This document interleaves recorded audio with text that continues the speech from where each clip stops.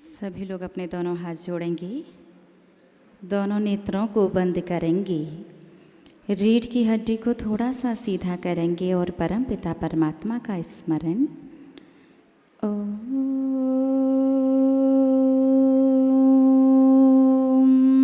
नमः सिद्धेभ्यः।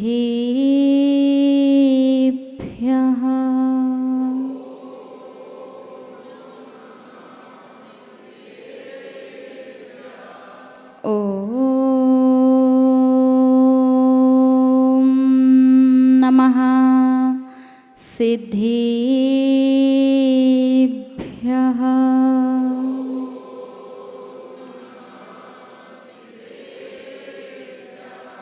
ओम नमः सिद्धेभ्यः।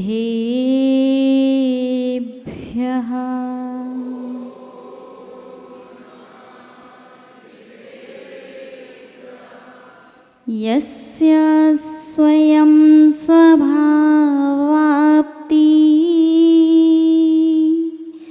रभावे कृतस्नेकैर्मिणः तस्मै संज्ञानरूपाय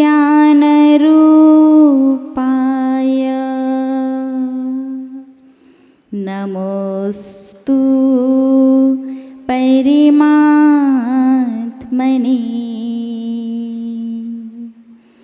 नमोस्तु परमात्मने। जय बोलिए त्रकालवर्ती त्रैलोक्य पूज्य विश्वाराध्य पंच परमिष्टि भगवान की। आदि ब्रह्मा आदिम तीर्थंकर वृषभ देव श्री आदिनाथ भगवान की। अष्टम तीर्थंकर श्री चंदा प्रभु भगवान की। श्री अरिष्ट नेमिनाथ भगवान की। विश्व वंदनीय भगवान महावीर स्वामी की। परम गुरु परम पिता परमात्मा 1008 श्री सीमंदर स्वामी भगवान की। 20वीं सदी के प्रथमाचार्य चारित्र चक्रवर्ती आचार्य भगवंत श्री शांति सागर जी मुनि महाराज की। अभीक्ष्ण ज्ञानोपयोगी पूज्य गुरुदेव आचार्य श्री वसुनंदी जी मुनि महाराज की। रत्नत्रयधारी तपोधन श्रेष्ठ मम शिक्षा गुरु परम श्रद्धेय गणियारिका श्री सौम्यनंदिनी माता जी की। अहिंसा प्रधान श्रीमद जैन धर्म की 16 कारणे पर्व की।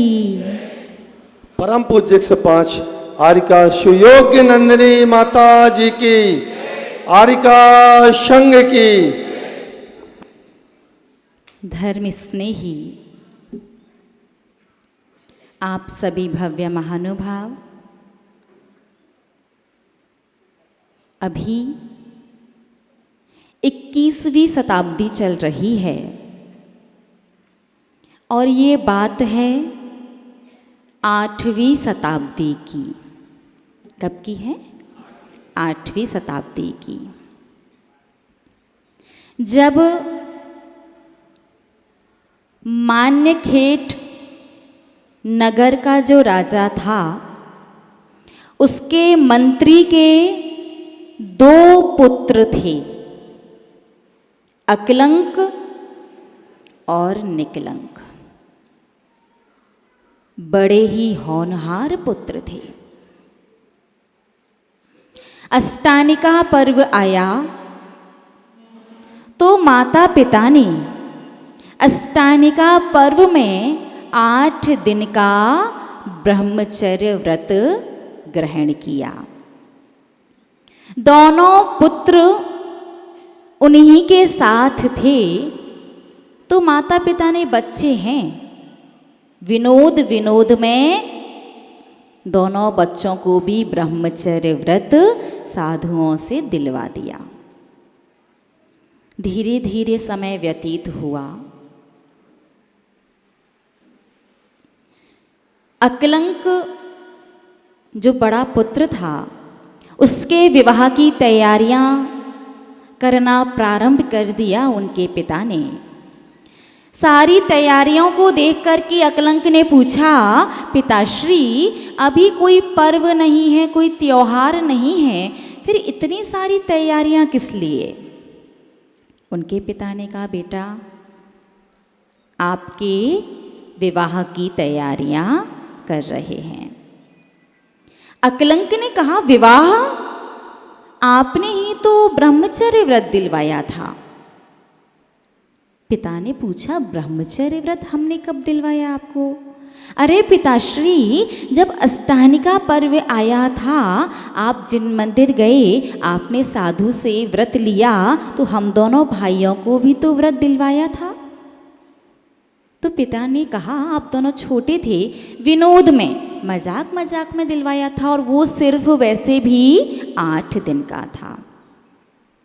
वो छोटे छोटे से बच्चे इसी पंचम काल के थे, आज से लगभग 1300 वर्ष पहले, क्योंकि अभी 21वीं शताब्दी चल रही है और उस टाइम पर 8वीं थी, 1300 साढ़े 1300 साल पहले। अकलंक और निकलंक अपने पिता से बोले, पिताश्री धर्म और मजाक, धर्म में कोई विनोद, कोई मजाक नहीं होता।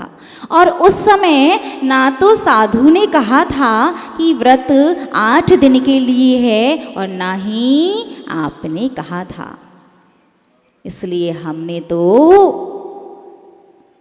जीवन पर्यंत का मान लिया। आप लोग क्या करते हैं? साधु के पास गए, कोई नियम लिया, या भगवान के पास जाकर के नियम लिया, जब तक चल रहा तब तक पाला, उसके बाद छोड़ दिया। क्यों छोड़ दिया? क्योंकि हमने टाइम लिमिट नहीं रखी थी।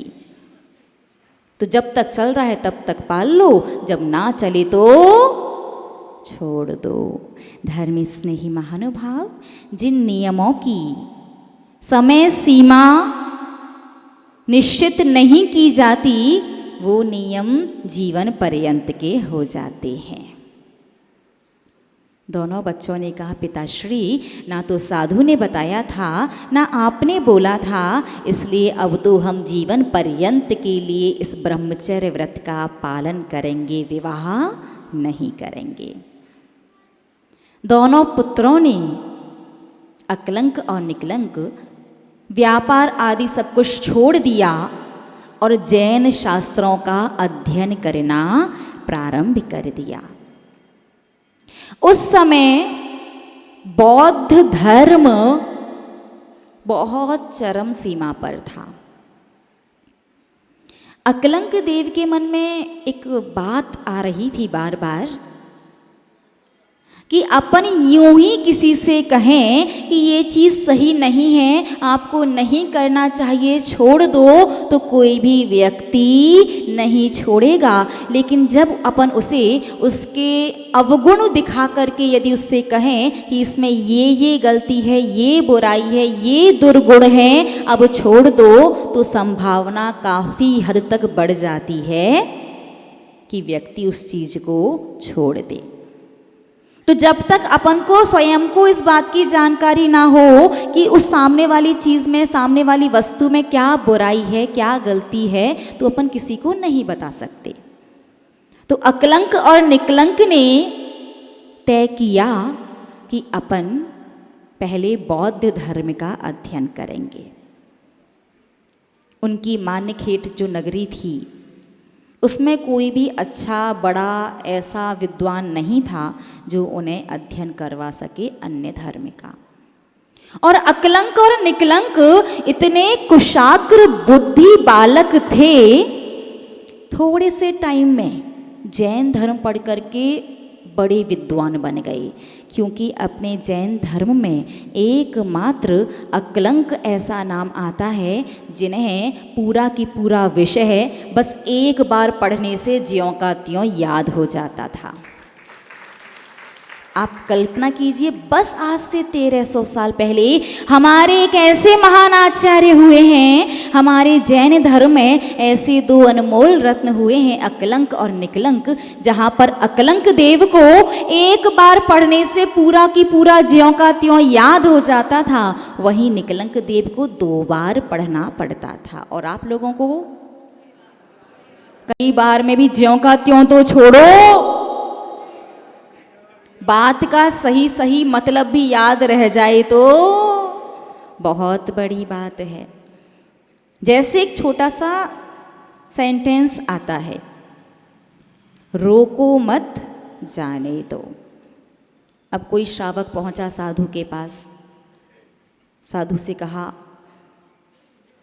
कि ऐसी ऐसी बात है, बहुत अच्छा व्यक्ति है, धार्मिक है, धर्मात्मा है, त्यागी तपस्वी साधक है, क्या करें उसके साथ? तो साधु ने कहा, रोको मत जाने दो। सहज, बिल्कुल सहज ना, रोको मत जाने दो। वो व्यक्ति पहुंचा दौड़ा दौड़ा उस त्यागी व्रती के पास जाकर के कहा, अरे साधु तो कह रहे थे रोको मत जाने दो। कहने कहने के तरीके में भी पूरा अर्थ बदल जाता है। फिर तो आपको कई बार पढ़ने के बाद भी भावार्थ याद रह जाए तो बहुत बड़ी बात।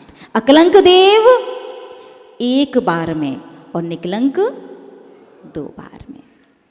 क्या किया जाए? तो जहाँ पर उस धर्म की, बौद्ध धर्म की शिक्षा दी जाती थी, उनका सबसे बड़ा जो स्थान था, वहाँ दोनों बालक पहुँचे, छोटे छोटे से थे, ज़्यादा बड़े नहीं थे, लेकिन वहाँ पर सख्त निषेध था, जैन व्यक्ति को प्रवेश नहीं दिया जाएगा। सिर्फ वहाँ पर बौद्ध लोग ही विद्या अध्ययन कर सकते थे। अध्ययन तो करना है, जानना तो है कि क्या सही है, क्या गलत है और क्यों। तो क्या किया जाए? दोनों बदल लिया कि हम जैन नहीं हैं, हम वही हैं जो आप हैं। पहुँचे,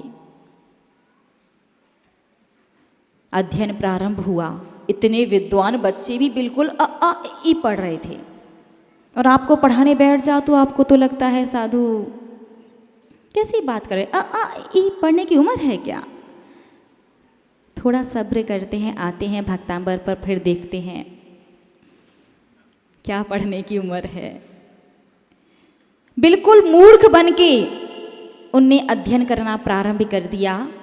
एक दिन हुआ यूं, विषय चल रहा था सप्तभंगी सिद्धांत, जैन धर्म का सप्तभंगी। सप्तभंगी यानी एक ही बात को 7 प्रकार से समझते हैं, स्यात् अस्ति स्यात् नास्ति वगैरह।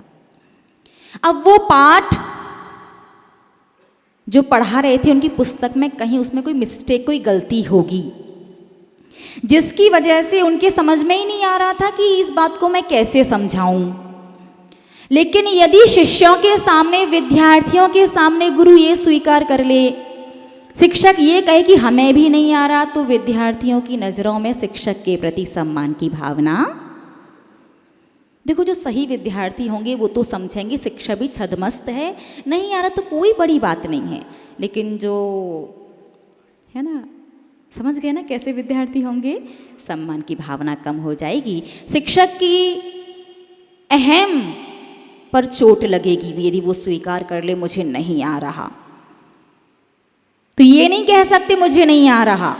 उनने कहा अभी थोड़ी देर का ब्रेक लेते हैं, अभी आते हैं फिर बताएंगे। अकलंक तो अकलंक, बड़े बुद्धिमान, वो उनकी भाव भंगिमा देख करके समझ गए कि मामला तो कुछ और ही है।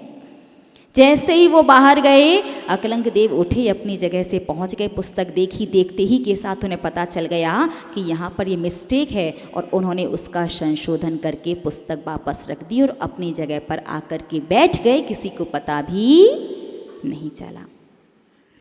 जब वो वापस आए, पुस्तक उन्हें उठाई, उठा करके जैसे उन्हें पढ़ा तो उसमें संशोधन शुद्धिकरण हो चुका था और देखते के साथ वो समझ गए कि जैन धर्म का इतना गूढ़ सिद्धांत जो मैं खुद नहीं पकड़ पा रहा था कि इसमें गलती क्या है, किसी ने पकड़ा है तो निश्चित रूप से वो जैन धर्म का बहुत बड़ा विद्वान होगा। और ऐसा विद्वान यदि रहेगा तो वो जैन धर्म की बहुत प्रभावना कर सकता है। ऐसे विद्वान को जल्दी से मृत्यु दंड दे देना चाहिए। सभी से पूछा कि भैया कौन है बता दो, कसमें खिलवाई, कसम खा के। आपके होता है ना, जब आप विश्वास दिलाना चाहते हैं तो क्या करते हैं, कसम। कसम से मुझे तो एक बात है, देखो कसम भी लोग दो तरह से खाते हैं। एक तो बहुत सोच समझ करके, थोड़ा टाइम लगा करके। जो थोड़ा टाइम लगा करके खाते हैं ना, उनके मामले में कहीं ना कहीं गड़बड़ जरूर होती है। और एक फटाफट से बिना कुछ आगे पीछे बिना सोचे खा लेते हैं ना, उनके मामले में कहीं ना कहीं सच्चाई जरूर होती है। हमें एक घटना याद आ रही, राजस्थान जयपुर की ही है। लास्ट ईयर एक समाज के बहुत प्रतिष्ठित श्रावक श्रेष्ठी थे। वो जयपुर समाज के एक मंदिर के अध्यक्ष भी थे। आर्यिका संघ का प्रवास पद्मपुरा में था, है ना, पद्मपुरा है ना, वहाँ पर प्रसंग चल रहा था सप्त व्यसन का, कि यदि सप्त व्यसन का त्याग नहीं होगा तो पूज्य ने बड़ी माता जी को आहार नहीं दे सकता श्रावक। तो जयपुर जैसी भोगों की नगरी, वहाँ पर नियम व्रत जीवन पर्यंत के लिए कोई श्रावक ले, वो भी कम उम्र में, तो किसी चमत्कार से कम नहीं होता। तो पूरी कमेटी बैठी थी, काफ़ी सारे श्रावक बैठे थे। सबसे एक एक करके थोड़ा सा पूछा माता जी सबका नियम। तो काफ़ी सारे लोगों ने कहा हाँ, कुछ ने कहा थोड़ा सा छूट दे दीजिए उस प्रकार से, और कुछ ने कहा ओके। अब कोई समाज का इतनी कम उम्र में अध्यक्ष हो, इतनी अच्छी जॉब करता हो, पूरे परिवार को संभालता हो, और वो इन चीज़ों से अछूता रहे, तो थोड़ा सा है ना संशय भी एक बार क्लियर कर लेना चाहिए। माता जी ने पूछा अध्यक्ष जी सत्य व्यसन, माता सेंटेंस कंप्लीट भी नहीं कर पाई। वो कहते माता जी आपकी कसम। वो जीवन का एक ऐसा अकेला संस्मरण है जो हमें याद है कि जब किसी श्रावक ने साधु की कसम खाई। बाद में हमने बताया, उन्हें क्षमा याचना की कि हाँ साधु की कसम नहीं खाई जाती है, लेकिन उनकी बात में सच्चाई थी। उन्हें इतना टाइम ही नहीं मिला कि हम सोच सकें कि हम क्या कर रहे हैं, किसी और की खा लें। उन्हें कहा माता जी आपकी कसम त्याग है, नहीं करता मैं जुआ वगैरह। तो सभी को कसम खिलवाई गई। जैन है तो बता दे, सबने खा ली, क्योंकि तरीका अलग अलग होते हैं। कई बार क्या होता है ना, श्रावक का व्यक्तियों का सारा की सारा ध्यान सिर्फ एक्शन पर रहता है, शब्दों को वो छोड़ देता है, जिसकी वजह से बहुत बड़ी चीज़ आपसे मिस हो जाती है। एक मुनि महाराज जंगल में बैठे थे, बैठ करके तत्व चिंतन कर रहे थे। सामने से एक गाय निकली और उसके पीछे थोड़ी देर बाद हाथ में चाकू लेकर के कसाई निकला। कसाई ने पूछा साधु जी यहाँ से गाय निकली है क्या? अब साधु क्या करें, झूठ बोल नहीं सकते क्योंकि सत्य महाव्रती हैं, और सत्य बोल दिया तो गाय मार दी जाएगी। तो क्या करेंगे वो? जवाब तो देना है। तो पहले नहीं, मौनम सम्मति लक्षण और गड़बड़ हो सकती है। क्या करेंगे वो पहले पद्मासन से बैठे थे, उनने अपना पद्मासन खोला और गवासन लगा लिया और कहा जब से मैं इस आसन से बैठा हूं तब से कुछ नहीं निकला। बात समझ में आई? अब कसाई ने क्या सुना, ठीक से सुना ही नहीं क्या कहा। उसने देखा हाँ बैठे हैं, मतलब बैठे बैठना सब एक बराबर, सत्य भी बोल दिया और प्राण भी बच गए। तो कई बार यही होता है, श्रावक का ध्यान शब्द या एक्शन, उनकी क्रिया या शब्द दो में से एक पर रहता है तो बीच में बहुत कुछ मिस हो जाता है।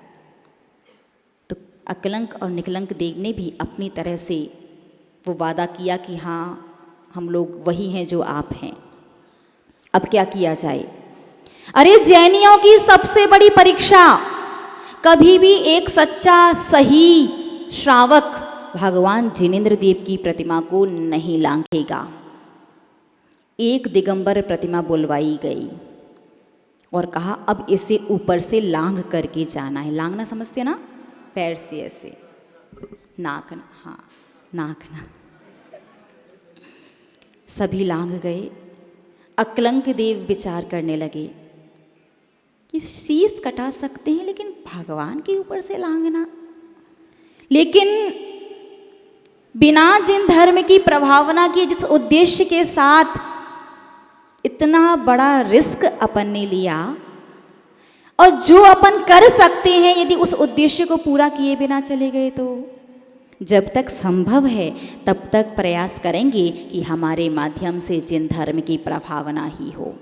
उन्होंने एक सूत का धागा लिया और जब उनका नंबर आया फटाफट से उस प्रतिमा पर वो सूत का धागा डाल दिया और उस प्रतिमा को परिग्रहवान बना करके लांघ गए। क्योंकि हमारी प्रतिमा पर कोई भी आडंबर, किसी भी प्रकार का परिग्रह नहीं होता।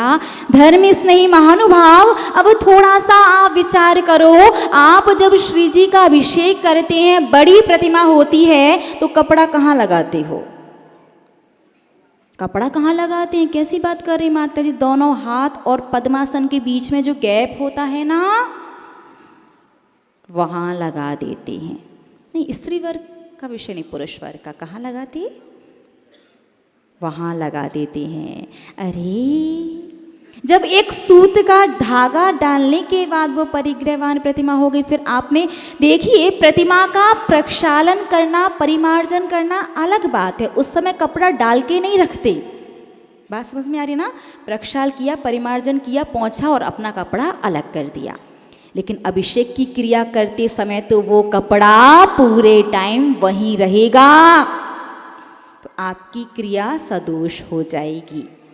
आपको कपड़ा लगाना है तो कहाँ लगाना चाहिए? या तो भगवान के कमलासन पर लगाइए, या भगवान के चरणों के नीचे चिन्ह के पास जो स्थान होता है वहाँ लगा सकते हैं। लेकिन भगवान की प्रतिमा पर लगाओगे तो आपकी क्रिया सदोष, आपके पुण्य की क्वालिटी में परिवर्तन। बहुत से लोग कह रहे अभिषेक करने आए थे, अभिषेक तो कर लिया, यदि कपड़ा भगवान की गोद में रख भी दिया तो क्या घाटा है? कोई घाटा नहीं है, क्वांटिटी तो सेम रहेगी। मान लीजिए भगवान का अभिषेक करने पर आपको 100 ग्राम का बड़ा सा हीरा मिलेगा। हीरा, एक दिन के अभिषेक का पुण्य 100 ग्राम का बड़ा हीरा। अब आपने भगवान की गोद में कपड़ा रखा है तो मिलेगा अभी भी 100 ग्राम का, लेकिन वो हीरा नहीं, चमकीला कांच का पत्थर होगा, जिससे घर की शोभा तो बना सकते हो, लेकिन संकट के समय जिसका प्रयोग करके समाधान प्राप्त नहीं कर सकते।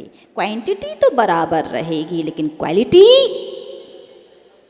इतनी तक बदल गई। कहाँ हीरा 100 ग्राम छोड़ो, इतना ही मिल जाए बहुत है। सागर वाली तो है ना, 100 ग्राम बहुत बड़ा हो जाता। और कहाँ चमकीला पत्थर, वो 1000 किलो का भी क्यों ना हो, किसी काम का नहीं। इतना परिवर्तन क्वालिटी में आ जाता है। इसलिए क्रियाओं पर बहुत ध्यान देना चाहिए। ये मत सोचो हमें तो करना है, कर लिया भगवान जी आप शुक्र मनाओ, हम करने आ गए। नहीं तो थोड़े टाइम बाद आपको पता चले कि फिर कोई आ ही नहीं रहा, अकेले बैठना पड़ेगा। अरे उन्हें शुक्र नहीं, तुम मना लो अपनी। हाथ पैर चल रहे हैं, मनुष्य पर्याय जैन कुल मिला है, सुअवसर मिला, पुण्य का उदय है तो कर पा रही हो। नहीं तो ऐसे कितने जैन हैं जो अभिषेक की घंटी सुनने के बाद भी घर में करवट बदल के सो जाते हैं। ऐसे जैन समाज में भी पापी जीव हैं। पूर्वकृत पुण्योदय से जैन कुल स्वस्थ शरीर, पांचों एकदम इंद्रियां बढ़िया मिल गई, लेकिन पैर चल कर के दुकान तक, शराब के ठेके तक तो पहुंच जाते हैं। पैर चल कर के पापों की ओर तो पहुंच जाते हैं, लेकिन चल कर के जिनालय तक नहीं आ पाते। ऐसे पापी जीव भी जैन कुल में हैं। तो आप यदि प्रातःकाल या पूरे 24 घंटे में एक बार भी जिन मंदिर दर्शन करने आ पा रहे हो, तो आप तो भैया बहुत बढ़िया पुण्यात्मा जीव हो। लेकिन ये प्रारंभ है, अभी इसे और आगे तक लेकर के जाना है। तो जब भी अभिषेक करें तो भगवान की गोद में कपड़ा मत रखिएगा। बहुत से लोग तो यही लगा लेते कपड़ा, एक हाथ से करते जाते और एक हाथ से। ये क्या चल रहा होता है? नहीं लगाना चाहिए। आप थोड़ा सा अभिषेक कर दीजिए। यदि आपको गंधोदक फैलने का डर है तो ऐसे यहाँ वहाँ लगा करके, बहुत सारे लोग यहाँ लगा लेते वक्ष स्थल के वहाँ पर कपड़ा। नहीं, कपड़ा सिर्फ या तो पैरों के नीचे चिन्ह के ऊपर लगा सकते हैं या चिन्ह के भी नीचे कमलासन पर, उसके अलावा कहीं भी नहीं लगा सकते। और एक और महत्वपूर्ण बात, वैसे चिन्ह के नीचे कमलासन पर लगाएं तो ज़्यादा सही है, क्योंकि कपड़े का गंधोदक नहीं लेना चाहिए। जो धारा बह करके आती है वही गंधोदक लगाने के योग्य है। आप जो कपड़ा लगा देते हैं या आप कपड़े से जो भगवान का परिमार्जन करते हैं, फिर उसी को निचोड़ करके ले लो, वो पूजनीय गंधोदक है, उसकी अविनय नहीं कर सकते, लेकिन लगाने के योग्य नहीं। वंदनीय है, पूजनीय पैसे वंदना गंधोदक की, लेकिन लगाना नहीं चाहिए। इसलिए हमेशा किसी भी प्रतिमा का आप पांडुशिला पर विराजमान करके करें या जैसे भी, इतना अभिषेक करें कि गंधोदक आ जाए, अलग से कपड़े का निचोड़ के ना लेना पड़े। बहुत सारी जगह तो ऐसा करते हैं, अभिषेक शांति धारा हो गई, उसके बाद किसी को गंधोदक लेने नहीं देते। पहले भगवान का परिमार्जन के बाद अंगूठी निचोड़ के पूरा उसी में डालेंगे, अब लो। तो ये सारी क्रिया जो भी श्रावक कर रहा है ना, या जो गंधोदक लेने में बाधा उत्पन्न कर रहा है, उसकी भी असाता वेदनीय का बहुत जल्दी उदय आएगा। असाता वेदनीय का उदय क्यों आएगा? अंतराय का क्यों नहीं आ रहा? क्योंकि भैया भगवान के अभिषेक की क्रिया कर रहा है। त्रिलोकीनाथ का अभिषेक भले ही उनकी प्रतिमा के रूप में कर रहा हो, साक्षात ना हो, क्योंकि साक्षात को तो गणधर नहीं छू पाते, लेकिन उनकी प्रतिमा बना करके मनुष्य अभिषेक कर रहा है। त्रिलोकीनाथ का अभिषेक करने से बड़े शातिशय पुण्य का बंध होता है, बहुत सारा पुण्य। तो अंतराय कर्म तो मान लो नहीं भी आए, लेकिन कौन सा कर्म उदय में आएगा?